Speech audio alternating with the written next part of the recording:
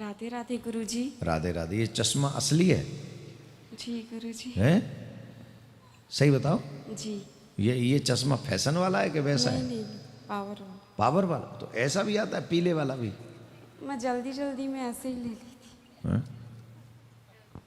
अच्छा, तिलक पे अच्छा भी लग रहा है, ये कलर अच्छा है। हाँ पूछो। गुरुजी क्या बोलते हैं, आप रायपुर आने में इतना देर क्यों लगा दिए? अब की बार देर मत लगाइए, क्योंकि मेरी खुद की स्थिति ऐसी थी। अभी 1.5 महीना पहले मेरी मम्मी गुजर गई हैं, तो इतना डिप्रेशन था कि 3 साल पहले आपसे दीक्षा था, तो कई बार उससे पहले सुसाइड बहुत ज़्यादा थॉट आते थे, अभी भी।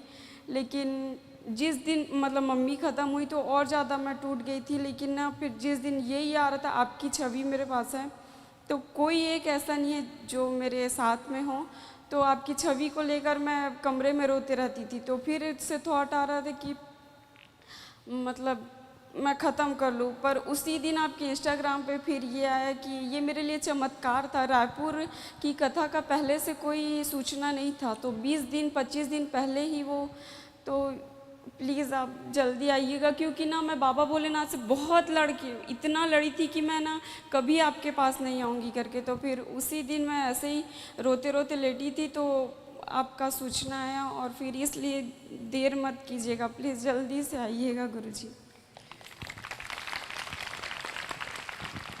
तो ये मत सोचो कि तुम्हारी मम्मी चली गई है, जी। हमें तुम अपनी मम्मी ही समझो। जी। और कभी भी बैड थॉट्स अपने मन में नहीं लाने। हर कष्ट सह लो, बट सुसाइड के बारे में नहीं सोचो। सुसाइड करके तुम एक जीवन का अंत कर सकती हो, लेकिन जो यहाँ भोगना है वो भोगने के लिए फिर आना पड़ेगा, फिर आना पड़ेगा तुम्हें वो भोगने के लिए। तो इससे बढ़िया है कि जब मानव जीवन मिला है तो अभी भोग चलो जो भोगना है। और ये सब फिक्स है कितना भोगना है, कितने दिन पिताजी का संग रहेगा, कितने दिन माताजी का संग रहेगा, कितने दिन पति का, कितने दिन पत्नी का, ये सब प्रारब्ध है। अगर इस प्रारब्ध को तुम टालने की या मिटाने की कोशिश करोगे तो उसे भोगने के लिए फिर से आना पड़ेगा। वो जरूरत ही नहीं, जो है सो उसे भोगो। उसे भोगने की सामर्थ्य अगर कोई देता है तो वो है भगवान का नाम। तो हम ये प्रार्थना करते हैं, अपने गुरुदेव के द्वारा दिए हुए मंत्र में सच्ची निष्ठा रखो और उस मंत्र को सच्चे मन से जपते रहो। वह मंत्र तुम्हारा अवश्य कल्याण करेगा। राधे श्याम। राधे राधे गुरुजी। राधे श्याम। मेरे को पूछना था, जैसे कि अभी दीक्षा ले ली हूँ मैं, मतलब मम्मी के कहने पे। तुम्हारी मन नहीं थी? मतलब मेरे को पता नहीं है क्या है कैसा है। मम्मी ने ले रखी है दीक्षा? उन्होंने भी आज ही लिया है। अच्छा, दोनों ने आज लिया है। ये हाँ तो फिर तो बताओ। तो फिर जैसे आपने कहा कि लहसुन प्याज नहीं खा सकते, तो अगर हम खा लिए तो अच्छा, तुमको क्या लगता है क्या होगा? मतलब वो तो आप बताओगे। वो तो मतलब मैं बता ही दूंगा, पर तुम्हारे हिसाब से क्या होगा? कुछ बुरा होगा। मतलब इतनी समझ तो है ना? हाँ। इतनी तो समझ है। देखो, लहसुन प्याज कोई अभिशाप नहीं है। कई लोग कहते पाप लगेगा, लहसुन प्याज से पाप नहीं लगता है। लहसुन प्याज के खाने से चित्त में अशुद्धि आती है। आप ध्यान से सुनो, वो गरिष्ठ है। जैसे हम हर वस्तु का हम जो भी ग्रहण करते हैं उसका अपना स्वभाव है। जल का स्वभाव क्या है? वो शीतलता देगा। दूध का स्वभाव क्या है? जब गर्म पिएंगे तो थोड़ी पावर भी देगा, है ना? वैसे ही हर चीज खाने पीने का अपना एक स्वभाव है कि अगर हम उसे ग्रहण करेंगे तो वो हमको ये देगा। तो जब हम लहसुन प्याज ग्रहण करते हैं तो लहसुन प्याज का जो गुण है वो हम में आ जाएगा, हमारे चित्त में, हमारे स्वभाव में, हमारी वाणी में आ जाएगा। तो इससे गरिष्ठता बढ़ती चली जाएगी, प्रमाद बढ़ता चला जाएगा, आलस्य बढ़ता चला जाएगा, भगवान में मन नहीं लगेगा, भजन में मन नहीं लगेगा, और ठाकुर जी को वो भोग लगता नहीं है। वैष्णव लोग क्यों नहीं खाते लहसुन प्याज? कि वो ठाकुर जी को भोग नहीं लगता, और जो ठाकुर जी को भोग नहीं लगेगा वैष्णव उसे स्वीकार करेगा ही नहीं। तो इसलिए अगर तुमने कभी गलती से खा भी लिया तो ऐसा नहीं कि ये पहाड़ टूट जाएगा, बुलंद खड्ड हो जाएगा, पर्वत फट जाएंगे, बादल फट जाएंगे, ऐसा कुछ नहीं होगा। लेकिन हमें प्रयास ये करना चाहिए कि हमें वो सब ग्रहण नहीं करना जो हम भगवान को अर्पण न कर सकें।